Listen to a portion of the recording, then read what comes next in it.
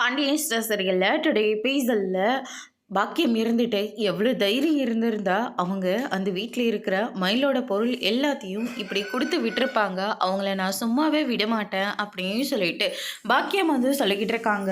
மயில் இருந்துட்டு நீ பண்ண வரைக்கும் போதுமா, அமைதியே இரு. நீ பண்ணதுனால தான் அவங்க இப்படி ஒரு முடிவு எடுத்திருக்காங்க. அப்போவே சொன்னேன் எதுவாக இருந்தாலையும் யோசிச்சு பண்ணுமான்னு சொன்னேன். ஆனால் நீ எங்கேம்மா என் பேச்சை கேட்ட அப்படின்னு சொல்லிட்டு தங்கமயில் வந்து சொல்லிடுறாங்க. ஆமாண்டி, உன் வாழ்க்கையை காப்பாற்றுறதுக்காக நான் போராடிட்டு இருக்கேன். நீ என்னடனா என்கிட்ட இப்படியெல்லாம் பேசிக்கிட்டு இருக்க. இனிமே நீயாச்சு உன் வாழ்க்கையாச்சு. உன்னால் சுடரோட வாழ்க்கை மட்டும் ஏதாவது பாதிப்பு அடைஞ்சது, அதுக்கப்புறம் நான் மனுஷியவே இருக்க மாட்டேன் அப்படின்ற மாதிரியே சொல்லிடுறாங்க. மாணிக்கம் இருந்துட்டு இப்போ மட்டும் நீ என்ன அப்படியே இருக்க, போத நிறுத்து அப்படின்ற மாதிரி சொல்லிடுறாங்க.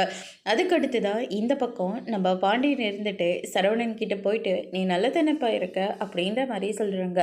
ஆமாப்பா, நான் நல்லா தான் இருக்கேன், எனக்கு எந்த பிரச்சனையும் இல்லை அப்படின்னு சொல்லிட்டு பாண்டியன் வந்து சொல்லிடுறாரு. அதுக்கடுத்து தான் வந்து பார்த்திங்கன்னா சரிப்பா, நான் கொஞ்சம் தூரம் வெளியே போயிட்டு வந்துடுறேன் அப்படின்ற மாதிரியே சொல்கிறாங்க.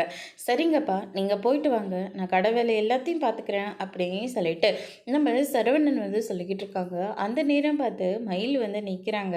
மயில் வந்து பார்த்த உடனே சரவணன் இருந்துட்டு உன்னை யாரும் இங்கே வர சொன்னாங்க, இனிமேல் உன் முகத்தில் முழிக்கவே கூடாதுன்னு தானே உன் பொருள் எல்லாத்தையும் நாங்கள் கொடுத்து விட்டோம், மறுபடியும் இங்கே வந்து நின்றுட்டுருக்க அப்படின்னு சொல்லிட்டு பயங்கரமாக சத்தம் போடுறாங்க.